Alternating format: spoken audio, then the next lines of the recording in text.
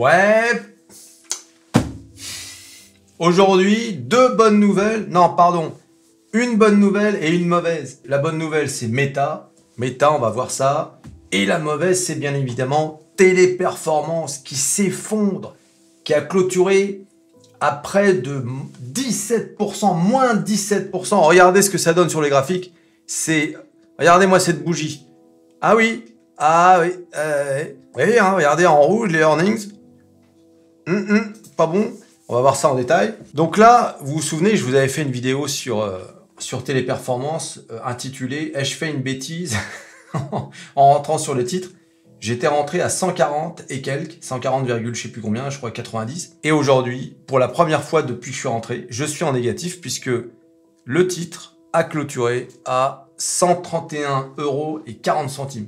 Alors bien évidemment, comment on a cette news, hein, comment on l'a? Métamorphose47.com, le plus grand site de bourse et de finance au monde. Téléperformance, on y va. Téléperformance s'effondre en bourse suite à la révision de ses objectifs de croissance. Et oui, c'est ça qui a fait chuter le titre.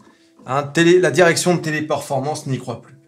Elle n'y croit plus, donc quelque part, elle nous laisse tomber. Hein. Regardez. Donc Téléperformance chute de 16,89% en bourse. Objectif de croissance des revenus revu à la baisse. Le groupe Téléperformance a annoncé mercredi soir sa nouvelle prévision de croissance du chiffre d'affaires. Cette projection se situe désormais entre 6 et 8%, excluant les contrats liés au Covid 2019, soit une baisse par rapport à la prévision précédente de 8 à 10%, donc quand même 2%. C'est pas un petit quelque chose, hein, c'est pas rien. Je vous avais dit que pour que Téléperformance reprenne des couleurs, il fallait deux ingrédients. Hein, regardez la vidéo que je vous ai faite. Et ces deux ingrédients, c'était d'une part l'intelligence artificielle. Hein, il fallait absolument que Téléperformance prononce le mot intelligence artificielle toutes les 3 phrases. Et bien sûr, le corollaire de l'implantation dans son système de l'intelligence artificielle. Et je l'avais dit, je vous avais dit, hein, ça fait mal au cœur de le dire, mais les charognards que nous sommes peuvent encaisser cette donnée. Un plan, et ça c'est le deuxième point, un plan massif de licenciement. 400 000 salariés, c'était les deux ingrédients qu'il fallait pour que Téléperformance reprenne des couleurs. Eh bien, regardez, minimisation des discussions sur l'adoption de l'intelligence artificielle générative. Parallèlement à l'abaissement de ses objectifs de croissance, Téléperformance a minimisé l'impact des discussions en cours concernant son adoption potentielle de technologies d'intelligence artificielle générative. À l'heure où le marché désormais ne carbure qu'à ça, Téléperformance dit « Ouais, bah finalement, l'intelligence artificielle, quelque part... » On le voit, hein. Toutes les boîtes qui ont dit que désormais elles allaient travailler avec l'IA ont tout explosé. Hein, on l'a vu avec les mastodontes américains et autres. Et que fait Téléperformance? Non, c'est circuler, il n'y a rien à voir. Oh là là, mon Dieu, mais mon Dieu! Mais ça, c'est français. Hein. Je suis désolé de le dire. Hein. D'accord? Donc, voilà. Bon, et alors, ça, plus... il n'y a pas d'annonce de réduction des effectifs. Et alors, plus la prévision des revenus qui est en baisse, bon bah voilà. Il n'en fallait pas plus pour que ça s'écroule. D'accord? J'ai fait un sondage, hein, parce que c'est important les sondages, hein, sur Twitter, pour savoir si vous étiez toujours confiant sur Téléperformance ou pas. Eh bien, on va voir le résultat. Hein, j'ai fait un sondage aujourd'hui, regardez. Faut-il vendre ses actions Téléperformance après la révision de ses objectifs et sa chute de 12%? Oui, au moment où j'ai publié le sondage, c'était moins 12. On a terminé à presque moins 17. Oui, c'est un boulet. 28,1%. Non, je garde, j'y crois. 71,9%. Donc là, les gars, en grande majorité, vous êtes des believers. Vous y croyez. D'ailleurs, moi j'en fais partie puisque j'ai pas vendu. Hein. Donc vous croyez et moi, je donne une chance à Téléperformance. D'accord? J'ai l'impression qu'ils savent pas. J'ai l'impression qu'ils sont là, ils patinent.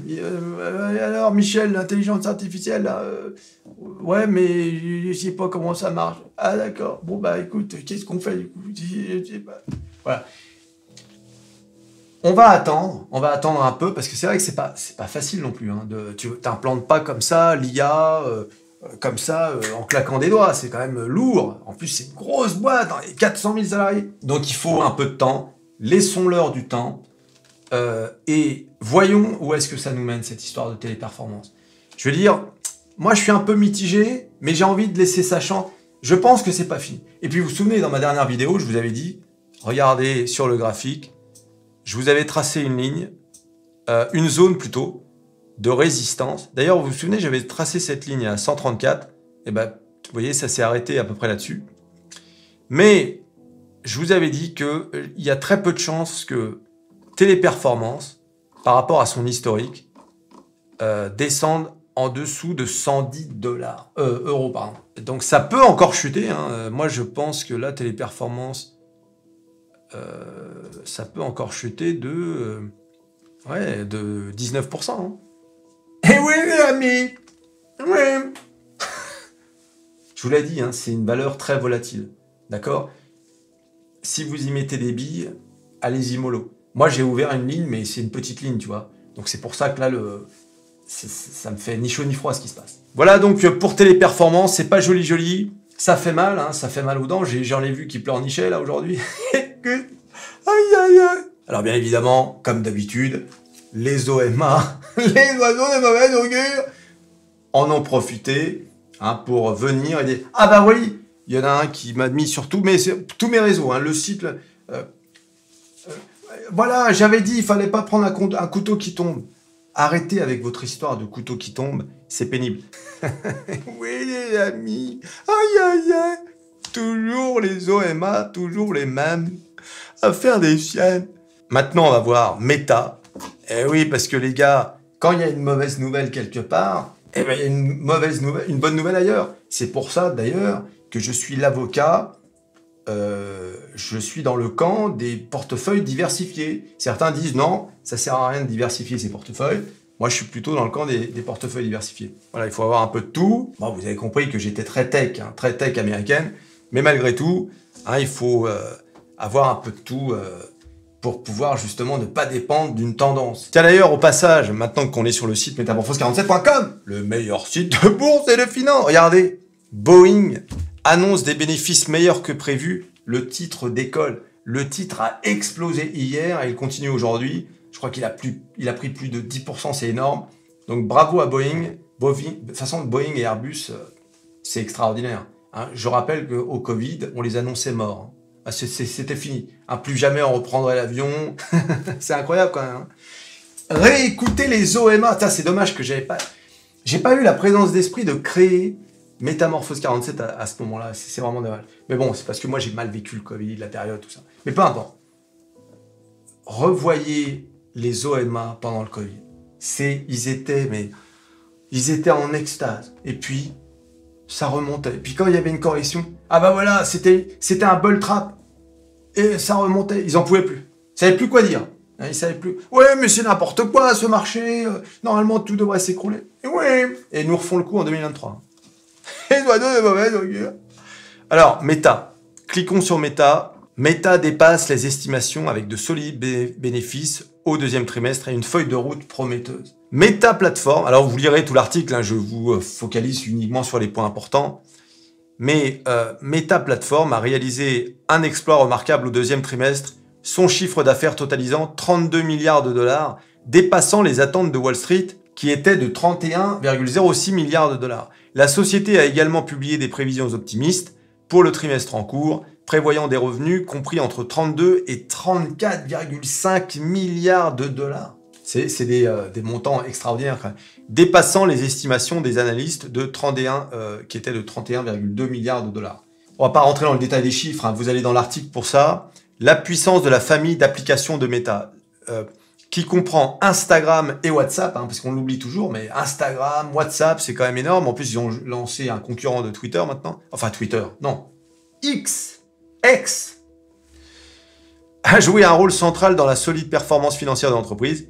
Les revenus combinés de ces applications se sont élevés à 31,72 milliards de dollars, dépassant les estimations de 30,55 milliards de dollars. Voilà, la feuille de route prometteuse. Produit et lancement passionnant. Mark Zuckerberg, PDG de Meta, s'est dit satisfait des performances de l'entreprise et a partagé son enthousiasme pour l'avenir. La feuille de route comprend des produits très attendus tels que le Llama 2, Threads, Reels et de nouvelles offres d'intelligence artificielle en préparation. J'avais dit, l'intelligence artificielle, c'est ça qui fait monter le marché. De plus, le lancement de Quest 3 cet automne promet de stimuler davantage la croissance et l'innovation de Meta. D'ailleurs, je ne sais pas si vous avez vu, mais j'avais fait une vidéo sur le casque d'Apple à 4000 balles.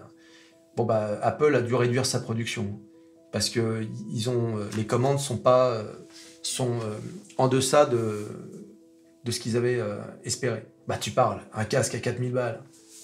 Ils sont malades. Celui d'Apple, il coûte même pas 1000 euros. De Meta, pardon. Voilà, donc vous lirez l'article, mais en tout cas, bonne nouvelle. Alors, qu'est-ce que ça donne sur le graphique Meta? Bah, c'est très simple. Hein. Regardez, aujourd'hui, le titre, au moment où je vous parle, le titre est à plus 6,6%. Et voilà, depuis début novembre, Meta est sur un nuage. Meta est en passe de retrouver, non pas son all-time high, mais est en passe de retrouver cette flèche jaune, là, vous vous souvenez? C'est là où tout a commencé. C'est là que la chute de Meta a commencé, à 323 $. Regardez cette chute. C'était terrible. Hein. Vous vous souvenez qu'on avait dit que Mark Zuckerberg avait perdu 10 milliards de dollars en une journée. 10 milliards de dollars. Les gars, vous vous rendez compte des sommes dont on parle? 10 milliards de dollars. Aïe, aïe, aïe. Donc il avait perdu ça en une journée. En une journée. Un peu la bourse. Toi, t'es là, tu te plains parce que t'as perdu quelques milliers d'euros sur Téléperformance aujourd'hui, ou quelques centaines même. T'es là, et lui, il perd 10 milliards. Il s'est pas démonté. Il s'est pas démonté. Voilà. Pourquoi? Parce qu'il est abonné à Métamorphose 47. La chaîne la plus bullish de France. Il y a toujours cru comme nous. Il s'est pas laissé démonter par les OMA. Tu vois un peu, c'est de ces mecs-là qu'il faut prendre exemple. Tu vois? Ou comme Elon Musk, il en a rien à faire, il renomme Twitter. T'imagines quand même, faut le faire quand même. Le logo que tout le monde connaît dans le monde entier, l'autre, il en a rien à faire. Et hop, dégagez-moi ça. Oh, t'es sûr quand même? Si toi et moi on aurait été là, t'es sûr quand même, faut faire attention, là. Non, lui il en a rien à foutre. Allez hop, dégagez-moi ça. Prêt à tout perdre. Ce gars-là, il perdrait tout ce qu'il a. Tout, hein. Tesla, SpaceX, etc. Ce serait à zéro. Il serait capable de recréer une société qui ferait 4000 $ de capitalisation. 4000 $. 4000 milliards, bien sûr. Voilà, donc une courbe comme ça. Bon, bah, on est encore là, hein, c'est le sourire de Kakou. C'est le sourire de Kakou, mais regardez-moi ça. Enfin, c'est fulgurant. Vous savez, on est en train d'assister à quelque chose d'historique à la bourse. Hein. C'est la première fois que le Nasdaq, par exemple, fait du plus 36% en un semestre. Et le Dow Jones, vous avez vu le Dow Jones? Il est en constante. Regardez, le Dow Jones, il est, regardez, hein, depuis le 25 mai, le Dow Jones, voilà, il déchire tout, quoi. Et là, on a atteint, avec le Dow Jones, je ne sais pas si vous avez vu, mais on a atteint un point important, puisque c'était un point haut de la chute du Dow Jones en 2022. Donc, c'est le point haut d'une correction. Donc ça, c'est une grosse résistance, si vous voulez. Eh bien, on l'a atteinte. Regarde, on l'a même dépassée. Hein. Donc, c'est énorme. D'accord? Et là, il nous reste... Moi, je sais, je fais un aparté là sur le Dow Jones, mais comme c'est celui qui est le plus proche de son ATH, il reste 4% même pas pour l'ATH. Donc, on va y aller. Et oui, l'année de l'oseille, les amis. Qu'est-ce que je vous avais dit? Hein? Les OMA. Les oiseaux de ma belle augure. Quelle honte. Voilà, bon... Que dire? Donc ce sont les deux grosses nouvelles, hein, bien sûr. Enfin, les deux grosses nouvelles, non. Pour un Américain, Téléperformance, il n'en a rien à cirer. Il préfère se concentrer sur ce qui s'est passé avec Boeing. Mais bon, pour nous, les franchises, hein, bon, bah c'est important, hein, d'accord? Voilà, donc à noter que le CAC 40, quand même, les gars, a pris 2%. Regardez-moi, enfin, c'est extraordinaire. Là, c'est full power. C'est l'euphorie totale sur les marchés. Hein. Je sais pas si vous vous rendez compte, les gars. Hein. Ça explose de partout. Hein. Et que c'est énorme. C'est bien quand ça explose comme ça en vacances. Alors attention, il peut y avoir une grosse correction, comme on a connu ça l'année dernière, mais à l'envers, comme je vous l'ai dit dans la précédente vidéo, ou celle d'avant. Hein, il faut faire attention. Voilà, regardez le S&P 500, la star des stars. Regardez, elle est accrochée à sa ligne, là. Hein, si on continue comme ça, on va atteindre le all-time high fin septembre.